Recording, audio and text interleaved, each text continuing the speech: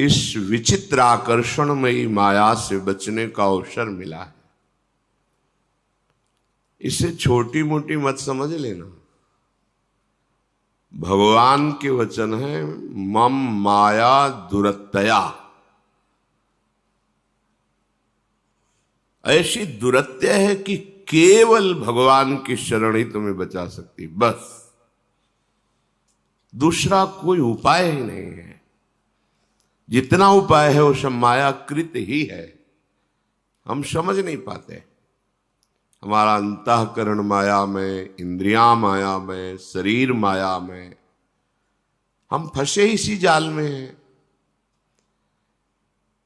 इंद्रियों के विषय की इतनी महत्ता मन में बैठी है और मन की तन्मयता इतनी अपने स्वीकार किए हुए है कि किसी भी कोने में ना श्री जी का स्थान है, ना प्रभु का स्थान है, ना धर्म का स्थान है। पूरा का पूरा अंतःकरण विषय ने अधिकार कर लिया है। अब जब तक हम सत्संग का हृदय में मनन करके और विधि निषेध का पालन नहीं करेंगे, तब तक हृदय में वो भरा ही रहेगा। जहां अवसर आएगा वो परास्त कर देगा। इसलिए रोज सत्संग जो हमें ऐसी पावन भूमि में बैठकर सुनने को मिलता है, उस पर महत्व हो जाए कि हमारे ऊपर बड़ी कृपा है। जब द्रवहि दीन दयालु राघो तो साधु संगति पाई है। पर ये विषय इतना प्रबल है, अगर आपने इंद्रियों के सुख की प्रधानता कर ली तो फिर ऊसर बीज बये फल जथा, वृथा, बेकार हो गया। ऊसर में बीज बोना जैसे बेकार हो गया, ऐसे ही ममता रत सन ज्ञान कहानी, अति लोभी सन विरति बखानी, कामी सम जिमि हरि कथा, ऊसर बीज बये फल जथा।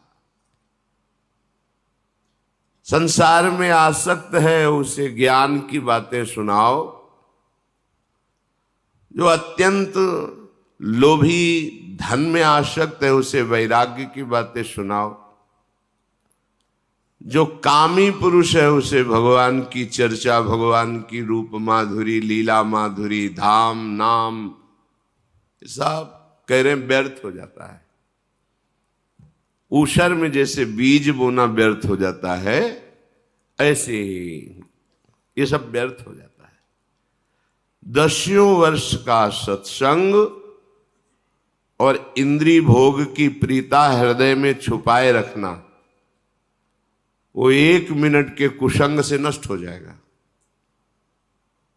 इंद्रिय भोग की प्रीता यदि आपने ऑपरेशन करके हृदय से निकाला नहीं तो ये नसूर है, ऐसा नासूर अंदर ही अंदर ये गंदगी फैलाता रहेगा।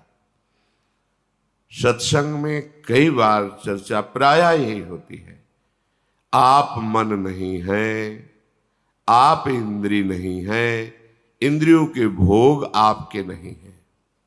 पर जब आप बार बार वही मांगते हैं, वही भोग, तो भगवान छोड़ देते हैं। इस संसार रूपी बगीचे में देख लो, शब्द स्पर्श रूप रस गंध भोग के देख लो। फिर जब त्राहिमाम करोगे फिर रास्ता खुला है। समय बर्बाद करना, अंतःकरण मलिन करना और अपने को दुर्गति में फंसा लेना, पर समझ कहां आती है? वही विषय भोग दृष्टि में आ रहे हैं, वही नाना प्रकार की वासनाएं हमारे हृदय में कूद रही। सीधा उपाय है वासना नष्ट करने का। नाम जप करो, वाणी जी का गायन करो, भगवत चर्चा सुनो, बार बार सुनो, हृदय में उसका मनन करो। खाली हृदय बिल्कुल मत रखो, श्री जी की सेवा में लगो। देखो कहां तुम्हें कौन परेशान करता है। ये हम अपने जीवन का अनुभव कहते हैं। काम आदि की स्फुरणा होती है, वो भी जब तक भगवत साक्षात्कार नहीं हो जाता। स्फुरना ऐसे खत्म। अगर वो टिक रहा है तो आप उसको आदर दे रहे हैं, और कोई आश्रय है, कोई दृश्य आश्रय है, कोई व्यक्ति आश्रय है, कोई क्रिया आश्रय है, देख लीजिए। अगर आपने अपने मन के विकार को कोई आश्रय दे रखा है तो कोई नहीं बचा पाएगा। ये शब्द लिख लो, कोई नहीं बचा पाएगा। क्यों? क्योंकि आपने बचने का उपाय ही नहीं किया ना। आपने तो बचाव पक्ष को ठुकरा दिया और अपने मन पक्ष को स्वीकार कर लिया। तो मेरे स्वामी का ये भी खेल है, खेलो, जाओ, भोगो। ये नरक यंत्रणा, बार बार जन्म मरण, ये दुख, ये भोगो। तुम्हारी राजी है, तुम्हें मनुष्य शरीर मिला है, तुम्हें स्वतंत्र कर दिया है, जो चाहो कर्म करो, चाहे परम पद का कर्म करो या नरक का कर्म करो, तुम्हारे लिए स्वतंत्रता दे दी भगवान ने। तो हर उपासक से प्रार्थना है, आप अपने हृदय को देखिए। हृदय में विषय का स्फुरण होना ये कोई खास बात नहीं है, ये बड़ी ऊंचाई तक स्फुरण होता है। आप लोग अभी उस ऊंचाई को नहीं देखा है। स्फुरण ऊंचाई तक होता है जब तक तत्वबोध, आत्म साक्षात्कार या भगवत प्राप्ति नहीं हो जाती, तब तक स्फुरण होता है। वो स्फुरण अगर हम उसके चिंतन में लग गए तो संकल्प रूप धारण करता है। अगर संकल्प बन गया तो संबंध और क्रिया हो जाती है। संबंध और क्रिया हुआ तो पूरा अंतःकरण मलिन हो गया। इसे आप समझ ही नहीं पा रहे। आप मनोरंजन, इंद्रियजन्य विलासिता के इस जाल को नहीं देख पा रहे। पक्षी दाना देखता है, जाल नहीं देखता है।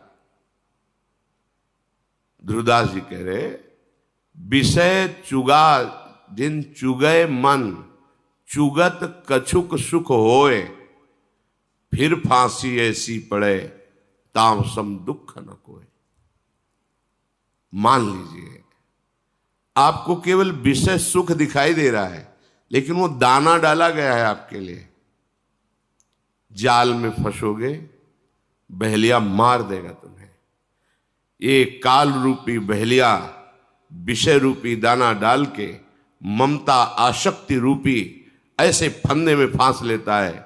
बार बार मृत्यु, बार बार जन्म। कैसे समझाएं? आप समझना ही नहीं चाहते तो कैसे समझाएं? बड़े सौभाग्य से मार्ग मिला है ये।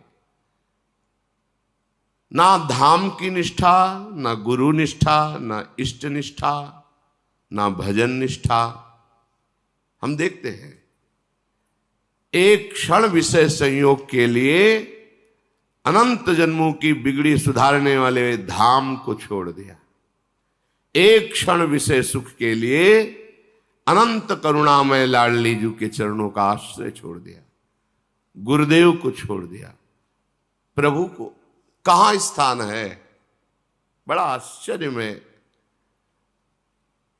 तभी हम विचार किया करते थे एकांत में कि जो भगवत प्राप्त हो गए उनकी तो इतनी सामर्थ्य, पूरे विश्व का कल्याण कर सकते हैं, फिर वो छुपे छुपे क्यों घूमते हैं? क्यों नहीं समाज में उतर करके सबका मंगल कर देते हैं? क्योंकि मम भक्ति युक्तो भुवनम पुनातो। फिर छुपते क्यों हैं? ये तो सर्वलोक विजयी, इनको कौन परास्त कर सकता है? शिष्य शिष्य ही रहता है। जगत गुरु भगवान पूरे जीवन शिक्षा देते रहते हैं। ये संसार जगत गुरु भगवान का विस्तृत रूप है, वो भ्रम मिटाता रहता है। पारस रखी है उसी लोहे की डिबिया में, पर लोहे को पारस नहीं बना पाई। क्यों? बीच में रुई का पर्दा है। हमारा संग है पर कपट है। विषय इंद्रिय सेवन की प्रबल लालसा से अन्य संग हम कुछ नहीं कर पाते। तब लगा कि जो बड़े बड़े महापुरुष छुपते घूमते उसका कारण यही है कि कोई लाखों में एक अधिकारी होता है। अब मैं मुक्त होना चाहता हूं, उसको उपदेश करो, वो तत्काल श्रवण करके उस पर चल देगा और उसे कोई भी गिरा नहीं सकता।